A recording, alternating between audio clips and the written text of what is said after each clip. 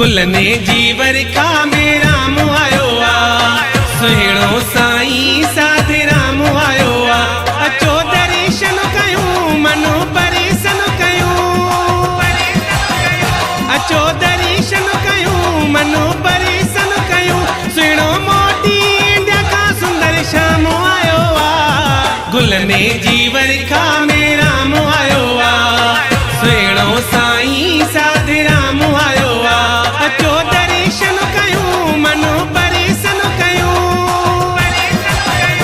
अचो दर्शन कयूं मनो परेशान कयूं। सुहिणो मोटी इंडिया का सुंदर शाम आयो आ, गुलने जी वरखा में राम आयो आ, सुहिणो साईं साधे राम आयो आ।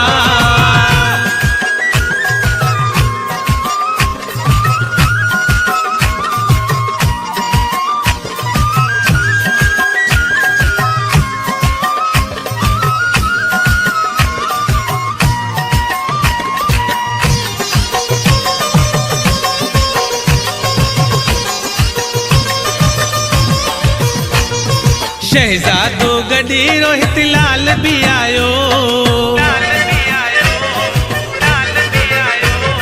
शहजादो गॾे रोहित लाल भी आयो, शहजादो गॾे रोहित लाल भी आयो। अचो आरती उतारियूं, अचो भाग भी बणायूं, अचो आरती उतारियूं, अचो भाग भी बणायूं। रूप राम चंद्र जो साधे राम आयो आ, गुलने जी वरखा में राम आयो आ, सुहिणो साईं साधे राम आयो आ। अचो दर्शन कयूं मनो परेशान कयूं, अचो दर्शन कयूं मनो परेशान कयूं। सुहिणो मोटी इंडिया का सुंदर शाम आयो आ, गुलने जी वरखा में राम आयो आ, सुहिणो साईं साधे राम आयो आ।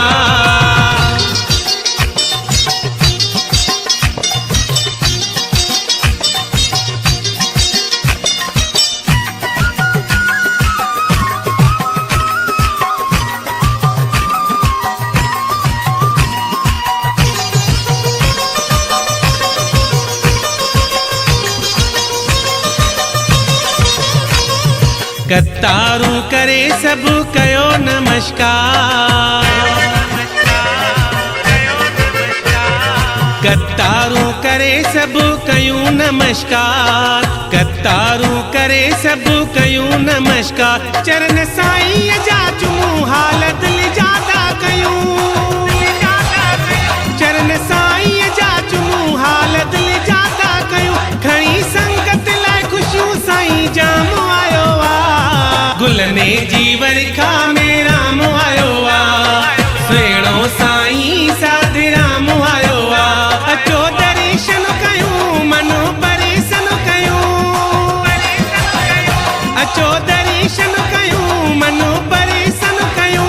सुहिणो मोटी इंडिया का सुंदर शाम आयो आ, गुलने जी वरखा में राम आयो आ, सुहिणो साईं साधे राम आयो आ।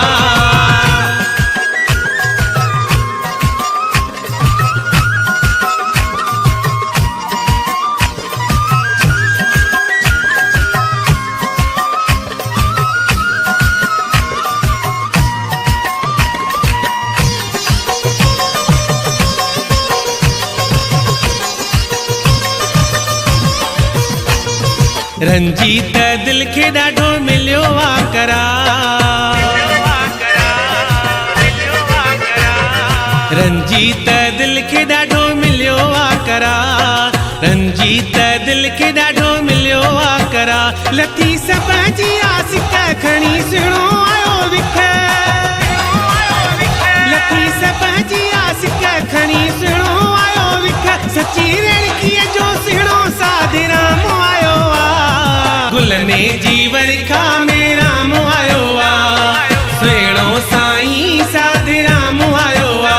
अचो दर्शन कयूं मनो परेशान कयूं, अचो दर्शन कयूं मनो परेशान कयूं। सुहिणो मोटी इंडिया का सुंदर शाम आयो गुलने